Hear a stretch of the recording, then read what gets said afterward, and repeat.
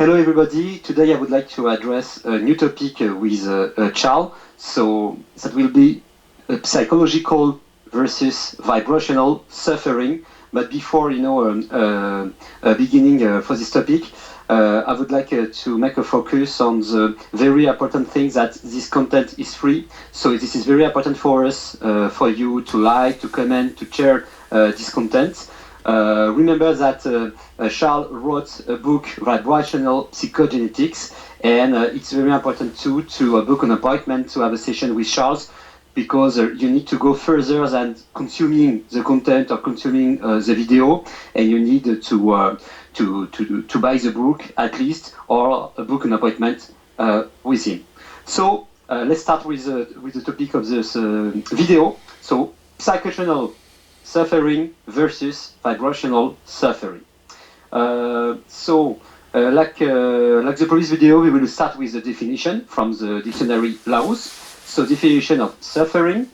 Definition number one, a prolonged state of physical or emotional pain. Second definition, that which causes pain, a source of suffering. What is more like a biological definition. Regarding the quotation, we have two quotations, one from a poet, Miguel de Unamuno, and he said, suffering is the foundation of life and the basis of consciousness. And the other definition from a French humorist, Coluche, and he said, suffering is like taxes, sooner or later everyone has to deal with it. And that reminds me, the citation from I would say Benjamin Franklin or George Washington. We have two things which is sure in the world: it's death and taxes. Maybe we can add suffering in the human life.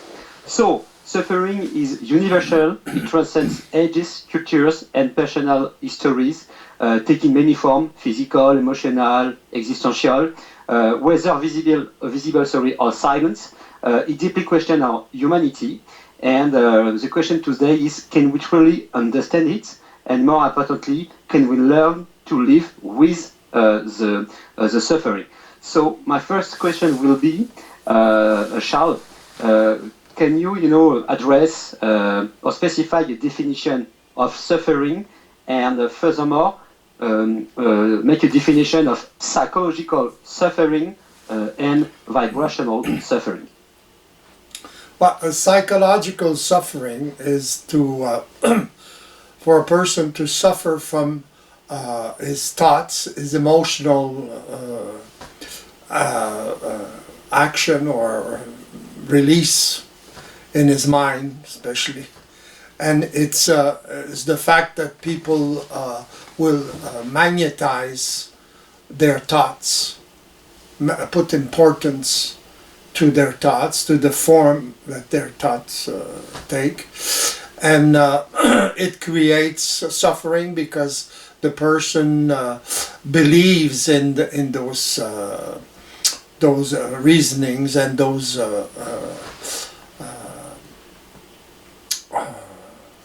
especially reasoning.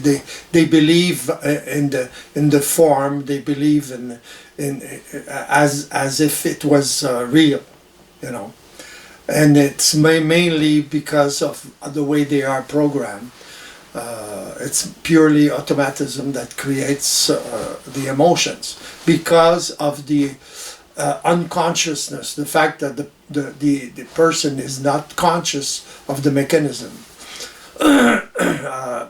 Vibrational suffering is the fact that a person will have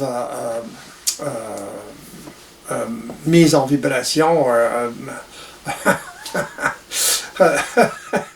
will live, will vibrate to something, to an event, but the fact that he's conscious or he's observing the mechanism, he will not live the same emotion. He will not live the emotion part of it. He will not suffer psychologically. He will suffer by vibration, a sense of the tension, but he won't live the emotions. We got to make a difference between emotions and vibration. To vibrate is not necessarily to live an emotion. You see, of course, the vibration that we feel has there's a emotional charge behind it. But when we're conscious, when we're awakened to that reality, we don't embark, or we don't believe what's going on in our heads. You see, we don't support, because we are observing the mechanisms. Big difference between not being able to be conscious of the mechanism and being conscious of the mechanism. That's the main difference between the two.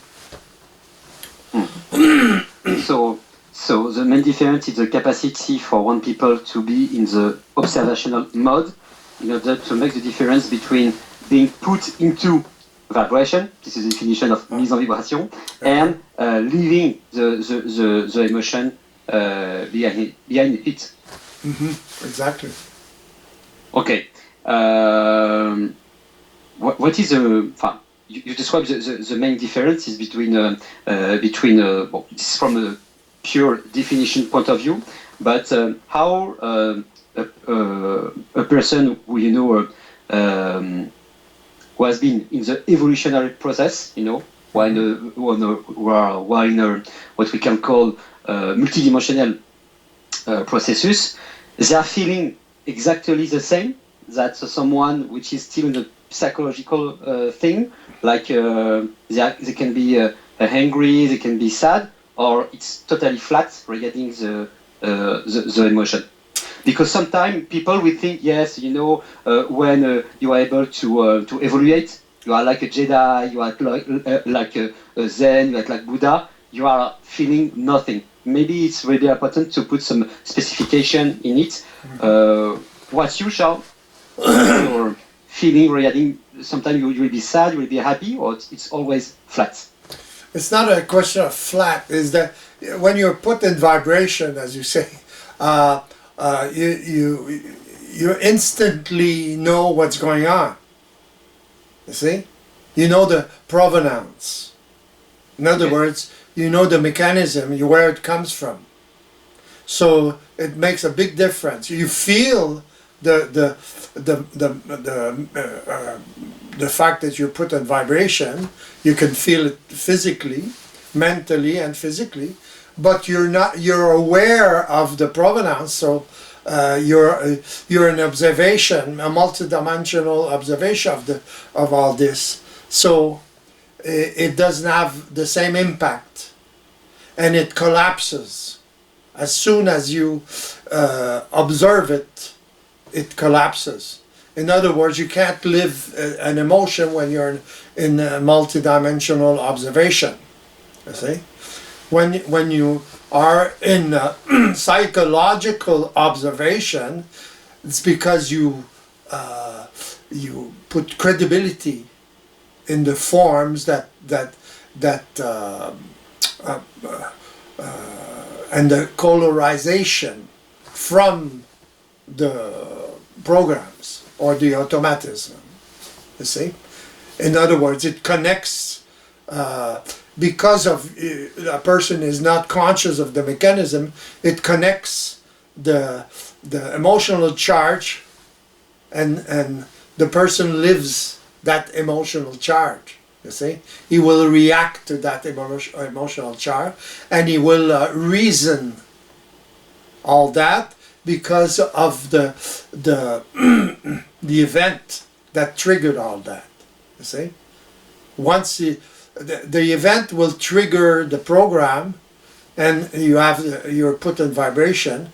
But if you're conscious, you can observe the phenomenon and not live the emotion. You see, because you're conscious. And when you're not conscious, then the whole phenomenon of programs and automatism takes effect much easier. You see? Why? Because people identify themselves to programs through all, and because they created themselves the program, but unconsciously. You see? Where do the program come from? It comes from the environment, in the sense that when the environment, in other words, the parents react emotionally or react to the child reacts to the parents or to the environment, and it creates programs.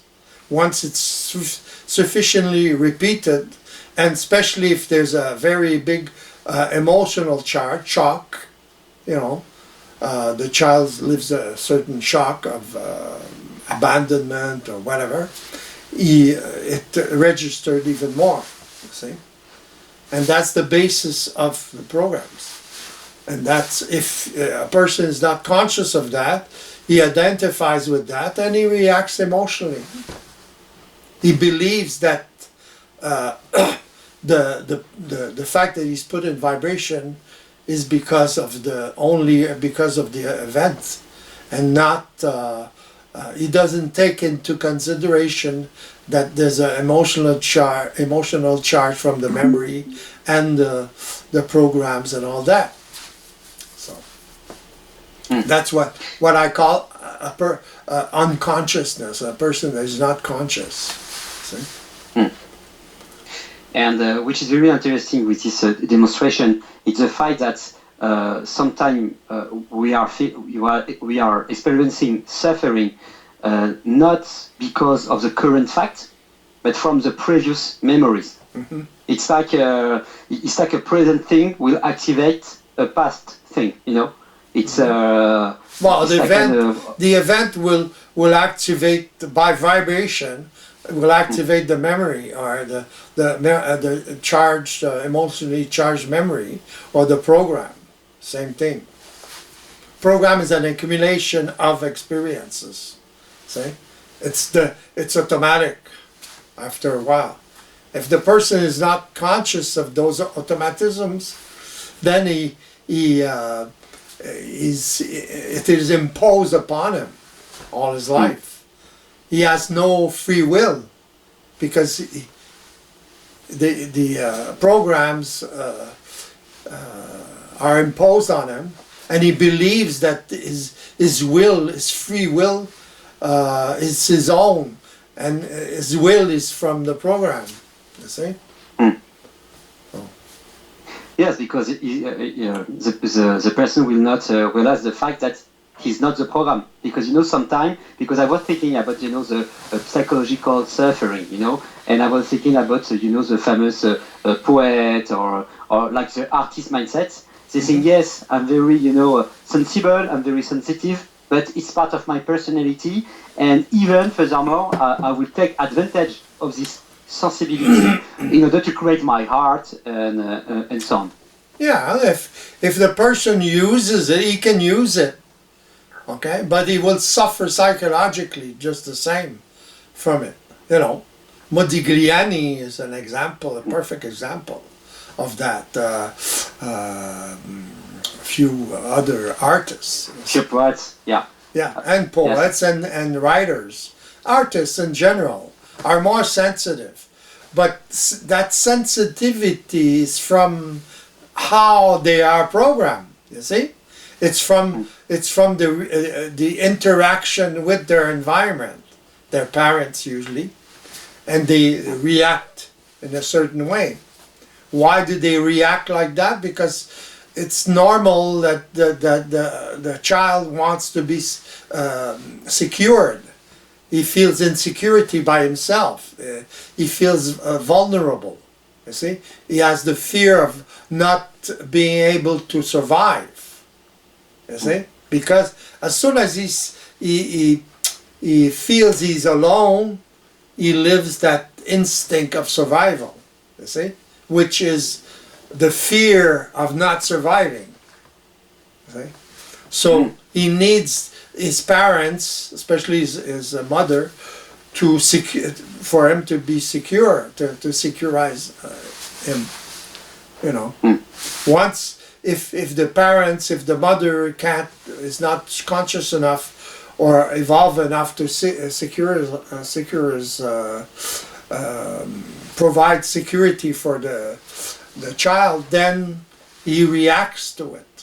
You see, and that's what creates those abandonment conflicts and all that. And it registers like that. That's the way it works. See, it's purely mechanical, in the sense that the system is made like that. The universe functions like that. It registers everything. It's like in a computer, you know, we have a lot of log, a lot of memory, a lot of recording, and it's like it's the same in a human brain. I mean, well, it's the same, relatively the same mechanisms. You see, because human beings were able to create computers because of their intuition of the mechanics of the universe. Yeah, okay. Yeah, because they intuitively had the idea of computers, because they have the intuition of the mechanism of the system, but they don't know it. You see, so it's limited. With quantum computers, it's another story. See, they don't know what's going on. You see. They're afraid of what's going on, because the quantum computers function through experience, not through information, accumulated information. That's the difference between the two. You see, you can't replicate, you can't copy the experience of the computer. That's the main difference between computers and quantum computers. It's purely the experiment of the search or whatever. See? That's what they're finding out. And it dwells in the realm of pure information. You know? And pure information is the basis of life. Yes? Pure information, you mean the result of one experience? Yeah, of the experiments in matter. It registers all the time.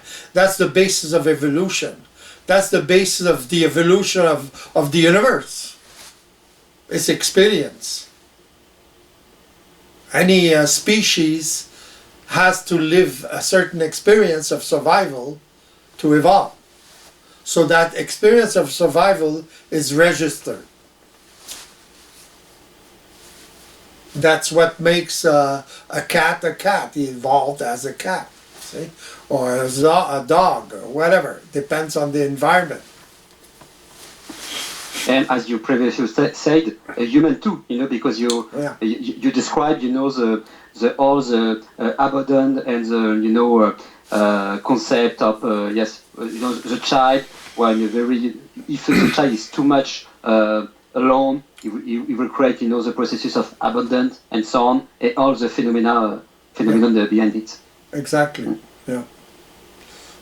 And based on this fight, is it correct to say if someone is very or too sensitive, that means it was maybe too much alone in her childhood? Well, a lot of insecurity, in the sense that if the child wasn't secured enough by the environment, he will feel insecure. He will live the experience of insecurity at a certain level. If it's very hard, very high, I mean, then the emotional charge is stronger. He will live certain experiences which are too much for him, you know, to absorb. So he will react emotionally. What is emotional reactions? Fear. Fear of not surviving. It's very basic. So that's the basis of the emotional charge in memory, or what people call the soul. You see, the soul is a dimension where information is accumulated. Otherwise, we wouldn't be able to evolve. The soul is an intuition or a psychological intuition of that reality. Like the cloud for the computer. Yeah. When you put all the information, in the cloud, you can collect it from everywhere in the planet. Yeah, it has a certain dimension to that, you know. But it's mainly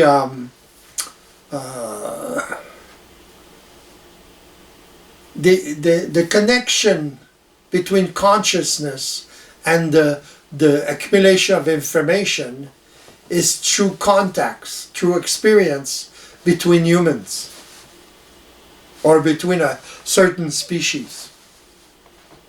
The experience. So it's telepathic in the sense that people have no consciousness of it. It just happens, you know.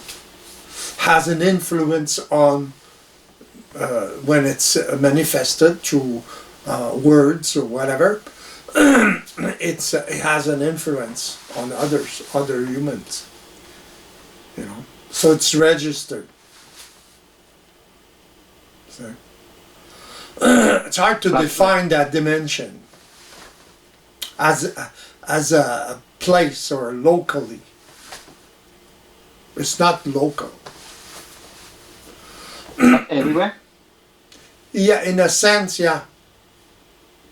So in a sense, every human has the information charge of all the experience of every human being ever, or everything.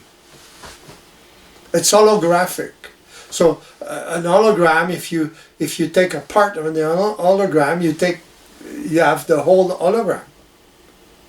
It can't be separated. See? You mean that every experiences are like recorded or stocked somewhere, not in a very precise place, but kind Not of locally. everywhere, not locally, and it's possible for a human being to have access on yeah, up to a information. certain point.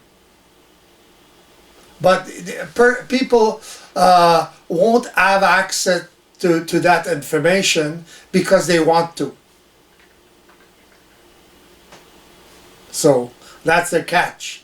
See, they will have access to that information as they need it. See, it's out of their will. That's the way it works. People in that believe in or they have esoteric concept think they can have access to the Akashic realm and all that. The Akashic realm or dimension, whatever, is that information. But you can't have access to that because you want to, by curiosity. You see, you have access when you're awakened. You begin to, or you have access when you awaken, but you can't have access because you want to know. It's only when you need it that you have the access to the information. See? Can you give us, if possible, of course, an example of the specific thing of I want to have access to this akashic realm, and I have access to it when I need it. Can you give us an example? When I speak, okay, when a person that's awakened to the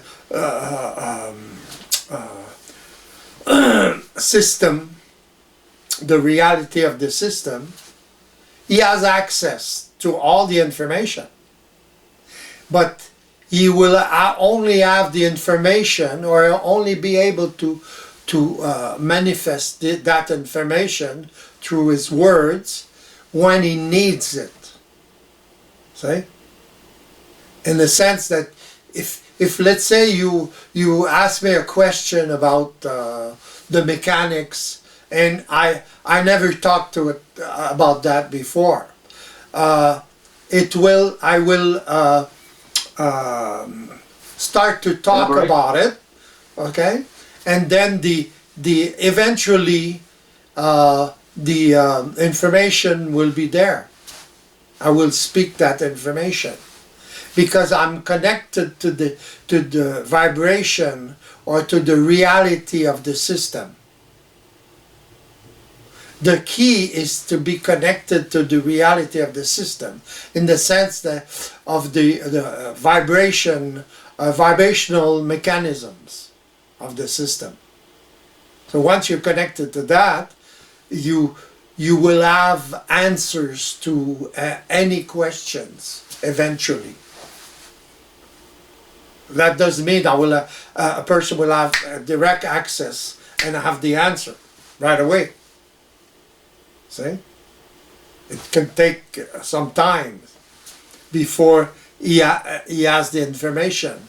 As he is speaking or talking about that reality, that systemic reality, then it will come. Because he's mentally in that same vibration. See? In the same consciousness. He is in meta consciousness of the system. It's purely by vibration. It's like what people call the intuition is being in contact with the vibrational realm or vibrational reality. But when a person is intuitive, he will always, and psychological, he will always interpret his intuition psychologically. Whereas a person who is connected, who is awakened, there's a certain part of interpretation or form, but the vibration or it will be more adjusted to reality. Form, the form that we speak in is always unpure, if you it's not perfect, in other words. It's a vehicle. Form is a vehicle for the vibration. It's what I want to,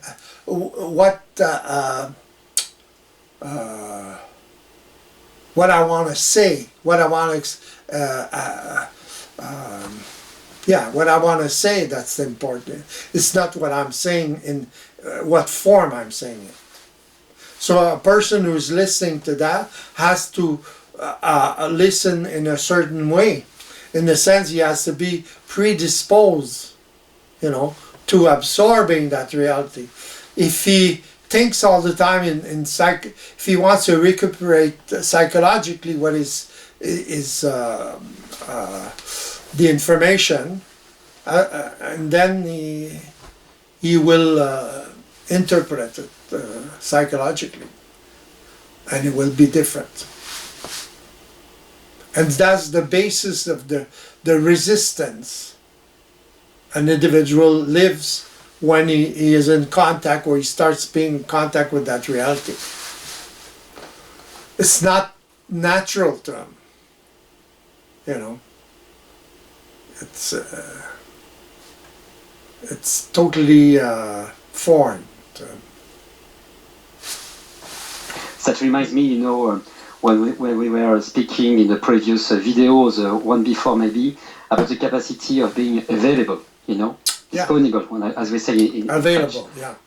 Available, and it's very interesting because when you want sometime to be, available and you put some psychological logic in it, it's like you make or all attitude. the process. Yeah, attitude. It's like you make, all the process impure. And as you mentioned, when you want to elaborate, and boom, you will have a direct connection when we can call, the Akashic library or Akashic way out.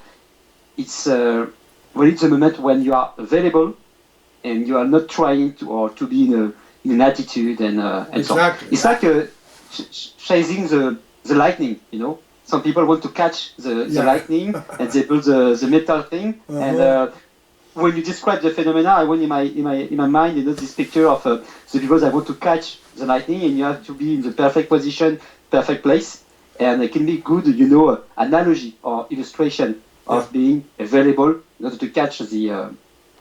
People are not available because they filter the information through their psychological habits or way of thinking. See, that's the problem. See, the involutive psychological consciousness is a transitory consciousness between the animal and being human. In other words, man is not human, totally human. He has to live that transmutation to become human. In other words, he has to awaken to the reality of the system to start building himself as a human, or as himself, in total consciousness, compared to when he was born. He's influenced by his environment, reacts to his environment, he's not conscious, and all that creates his personality or the programs, and he's stuck with that. He has a life plan, from the programs, but he can't escape that because he identifies himself to the programs and the memory and everything. It's normal. But he has to awaken, he has to realize what's going on within him. He has to realize, he has to be able to observe it after a certain point, or live the experience of observation. Observation is an experience. Being conscious of the mechanism that make us suffer psychologically is important. That's the only way to liberate ourselves. We liberate ourselves from that psychological consciousness. You see? But we have to build our real self, in other words, our person. You were speaking about, transmutation. Is it correct to say that suffering, psychological suffering, it's part of this transmutation? It's like a tool in order for human to be not forced but put into this transmutation. Yeah, it's a communication, in the sense that if you are suffering, it's because you're not adjusted to reality. See? So reality communicates to you, or the system is trying to communicate to you in that fashion, that no, you're not adjusted. Something is not adjusted. You see? But people have a very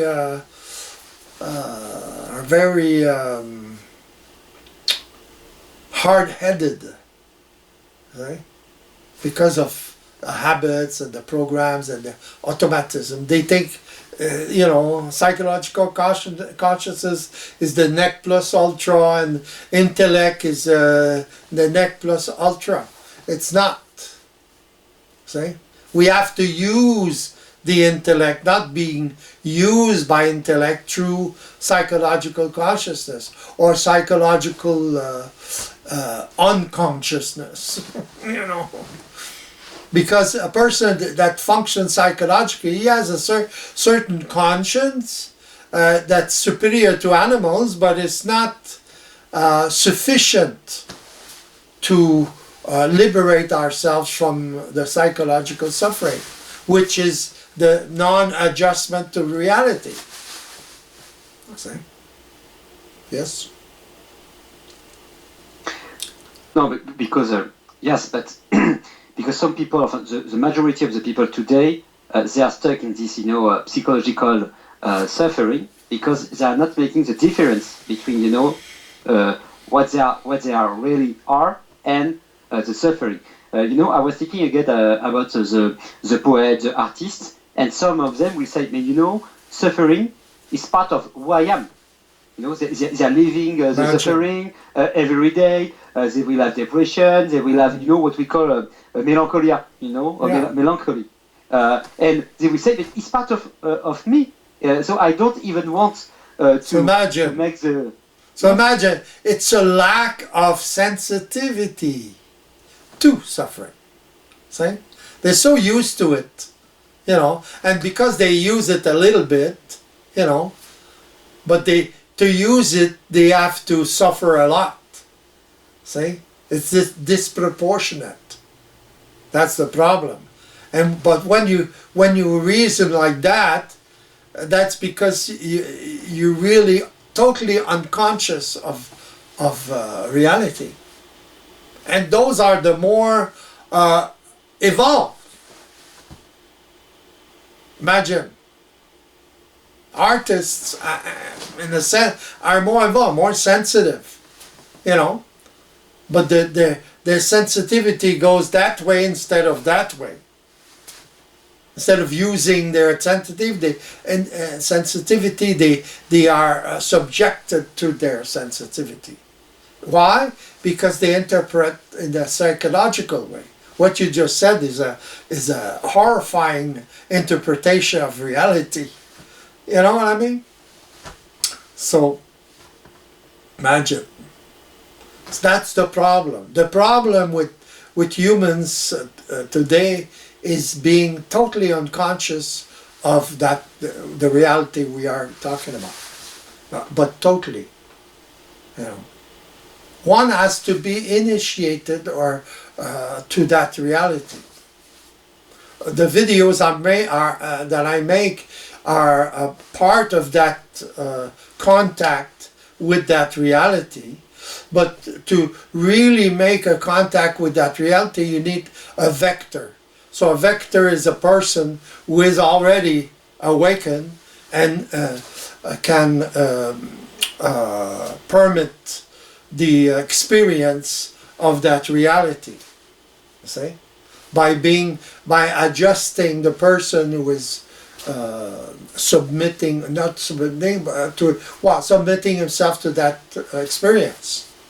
See? So then he has to open up to that reality. So that's not easy because there's a resistance. Even if the person wants to evolve or to get rid of his suffering, he still has resistance. And the consultation, the sessions are the main part of the sessions at the beginning is to make the person aware or conscious of those resistance or of those programs and automatism that work against them. See? He wants to evolve, but he has that resistance. So a door has to open at a certain point, but it has to open through experience. See, not only the intellect. There's too much misinformation, disinformation in the mind of human beings, or a psychological consciousness of human beings. That's the main problem. You said that even the people who are suffering the most, they're still experiencing a lot of resistance. Where does this resistance come from? It comes from the mechanics of the programs, the automatisms. You see, makes them think in a certain way. To say something as aberrant that you were talking about artists is you see, the more the people suffer, the more resistance there is. Bizarre. Because they suffer because they think too much. They depend on their intellect too much, on reason. You see? So there's never any emotion. There's no emotion without reason. The main support of emotion is reason. It's the intellect. People have a tendency to separate emotion from intellect or reason. No, it's together, perfectly together. There's never, you can't live an emotion without a good reason. There's always a good reason. It's what you call justification, right? Exactly. You always justify. The person justifies all the time. With what? With the event. See? Clear. It's evident, totally evident. But what he ignores is the main, when he's put in vibration, the main thing is the more emotional charge of the memory. That's the intensity it comes from there, not the event. See? Only. The event, it triggers the programs or the memory. That's all it does. Has to be a similarity in vibration. Sometimes a little thing, and then here it's an atomic bomb, It's too much. Why? But the people, the person will reason that he said that, or he did that, or whatever, or she did that. See? It's true for him. But truth is not enough. Reality trumps truth. Like it's true from the psychological point of view, but it's not real from the Exactly. vibrational view. Exactly. And that's the problem. The person believes that because it's true. But he can't see that it comes. If he has no notion, no insight into the systemic reality of the mechanism of the program, how it works, he doesn't see it. Blind. He's totally blind to it. He can have a lot of knowledge about anything, but he's totally blind to that. That's the problem with psychological involutive consciousness. So. And when you are stuck in this psychological involutive consciousness, as you mentioned before, you are telling us that the system will kind of knock at your door thanks to the suffering. He will say it's like a message from him saying you are not adjust at all, and you need to wake up. We have some people, in our society, who are saying, "I'm not suffering at all. Never. I'm always happy. I don't want to take a depression pill and so on. Me, I'm not suffering at all." It is possible to have some people who are not at all suffering from the psychological point of view, or it's like a facade, it's like an attitude, or it's like everyone is suffering except the ones who are, evaluate. But do we have some people who are still the psychological, mindset, who are not at all suffering? There's different levels of suffering. See? Like artists or more intuitive people will suffer more because they're more sensitive.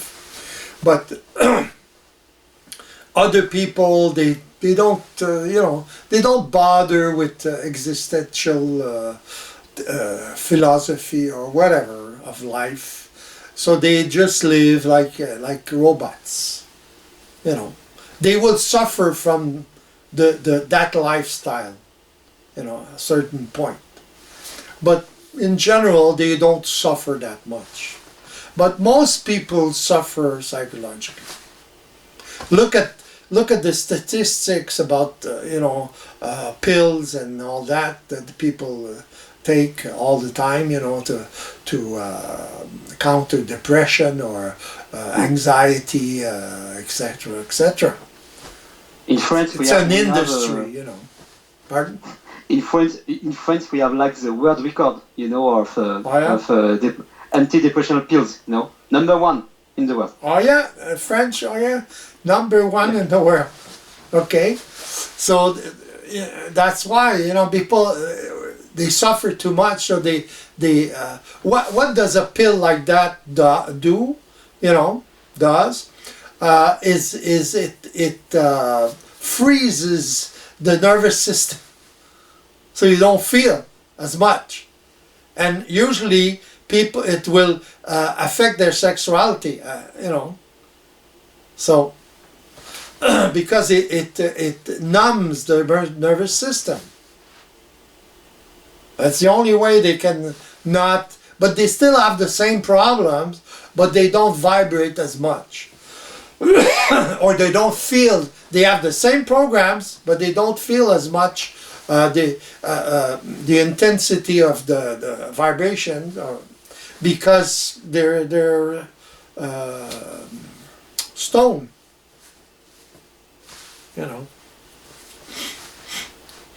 And we were speaking previously about artists and so on. So we are on one hand, the people who are taking some pills in order to freeze the body. But from the artistic point of view, we have a lot of use of drugs, of alcohol. It's part of their life because we are mentioning the artist way of life. We are kind of liking this melancholic way of life, but part of this artist mindset are very based on all the excess, like Exactly. drug abuse. They want to escape something, and especially the artists. They want to escape even more. You see, because they're too sensitive, so they take all kinds of drugs to escape. You see, to become more conscious and all that. They will do meditation. Meditation is good, but it could be a drug too. And it doesn't, it's more of an attitude of trying to get rid of what? Of the mechanism of thought, of the automatism of thoughts. But you can't go like this for ever. You know what I mean? So they have peace when they meditate. Outside of that, helps them a little bit outside, but the natural comes back very, very fast. You can't hang by a nail all your life, and meditate. It's in the action, in the fight of life that we learn. Survival. We have got to know how to fight. And to fight is to know the enemy. See? Once you know the enemy, you become friend with the enemy. You know what I mean? The enemy is the system, in other words. When you function psychologically, the enemy is the system. It's the system that imposes on man his suffering, in other words, because he's not adjusted to that, because he acts against the system. It's the same thing as a government or law. If you go against the law too often, you put the chance that you're going to get caught. You're going to get caught. You know, there's more chance. The more you do it, the more chance you're going to get caught. It's the same thing. So you will suffer even more and even more till you either go out, you know, or you awaken, or you get sick, or you take pills, and then you have half a life, you know. Yes, because, you know, taking some pill or get sick or go totally outside the society like an hermit, it's the same thing. It's like you are quitting the game. It's like you are fleeing. Exactly. You know, you want to flee, and you are not in the fighting mode and so on. Yeah, but the person doesn't realize that he's carrying his programs and the way he's programmed with him. So he's carrying his personality with him. I know of a woman that she spent 15 years in the forests to isolate herself from others. Imagine. So, imagine the intensity of the suffering. Because people in general suffer from others, from the collective. They suffer from being rejected. They suffer from being abandoned, you know, mainly. And all the attributes around that. That's what they suffer from. L'enfer, c'est les autres. Hell is the others. Sur opposite. You know. So. It's always, you know, the other. It's always the matrix. Exactly. It's always the system. It's always the law. It's the thing that it's always something from outside. But the problem is never us, you know. No, the problem is inside. Everybody. See?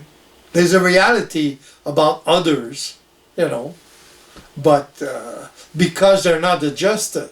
If they were adjusted, then they would help the individual to be adjusted, or to get adjusted to reality. But people mainly suffer from being alone, you know. Insecure. Their insecurity comes from they can't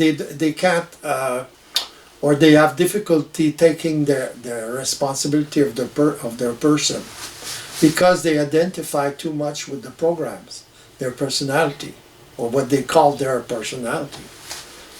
You see?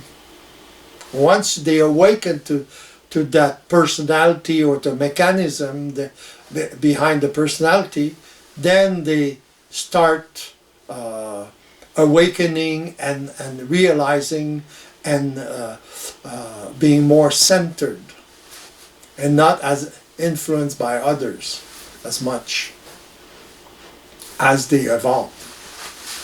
See? They're not attached emotionally. They detach themselves emotionally from others. It's not that they don't have relation with others, but they have no emotional connection. They have vibrational connection. They're the same. See? Vibrational connection is we need relationship, but not at any cost. See?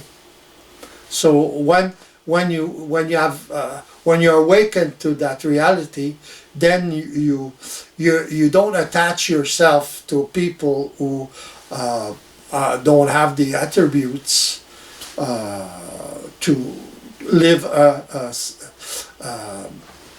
sane relationship, you know.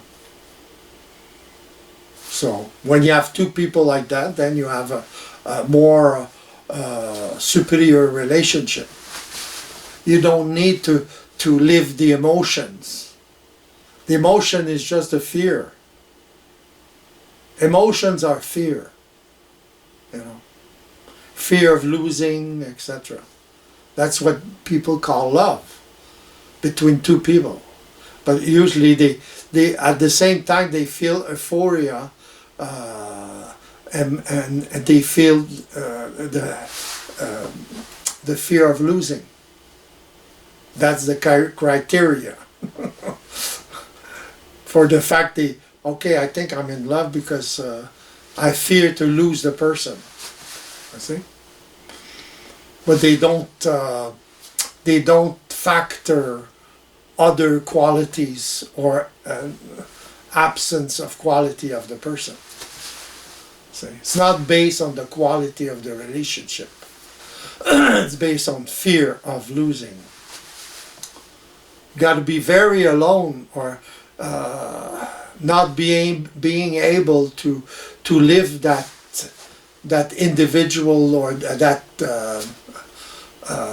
being alone. You have to fear being alone to always live like that or react like that.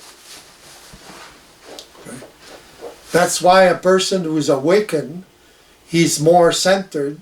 Then he's not afraid to be alone. He is alone. He takes the responsibility of being alone. You see? He's not attached emotionally to the collective. See? Socially, yes, but emotionally, no. He's not afraid to be rejected or abandoned by others. He doesn't have that fear because he is he can live by himself. See? So that's the difference between the two. Yes?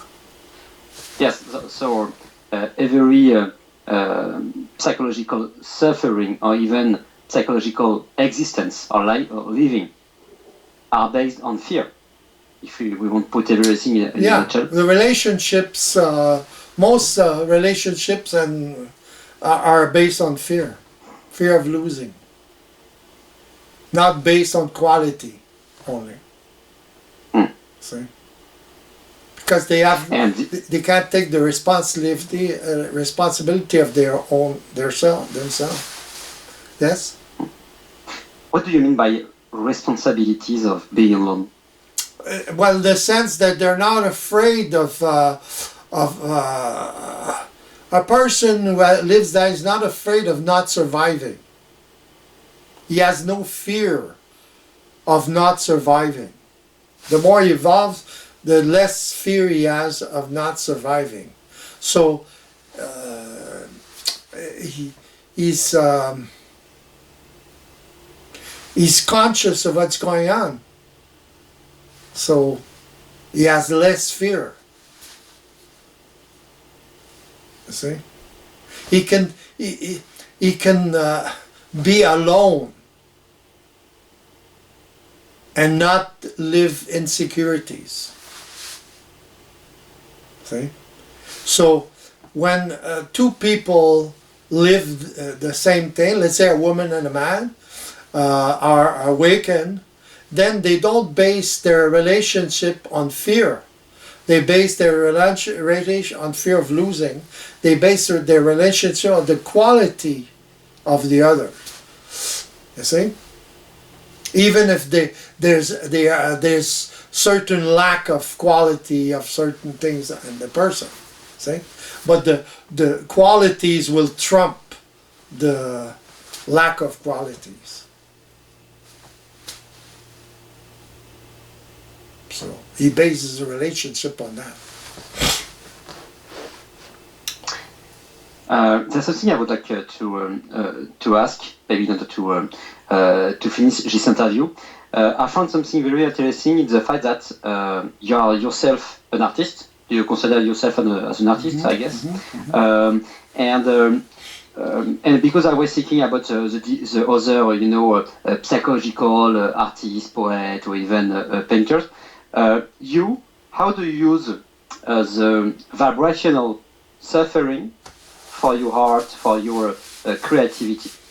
Well, I use it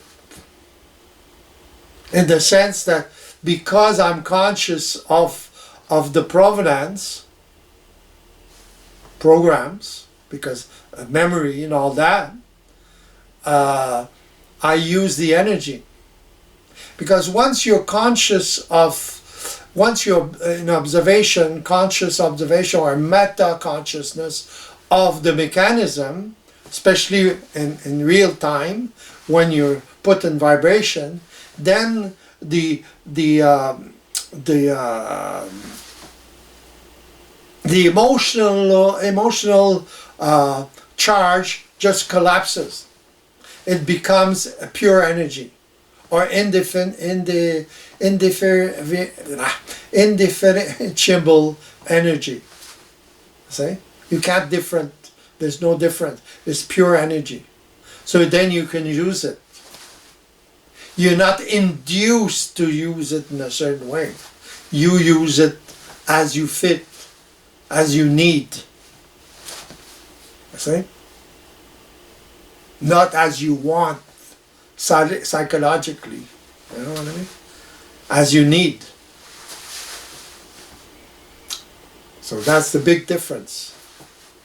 Yes, because the psychological artists, they are being used by the emotion, by the program. Exactly.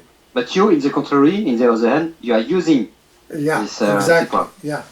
When you need it. When I need it, because as soon as I observe it, it transmutes. It collapses. See? The emotional charge collapses. It's as if you are observing the emotion, but you have a big distance towards it because you see it as information. That's the big difference between psychological consciousness and vibrational consciousness, or multidimensional consciousness.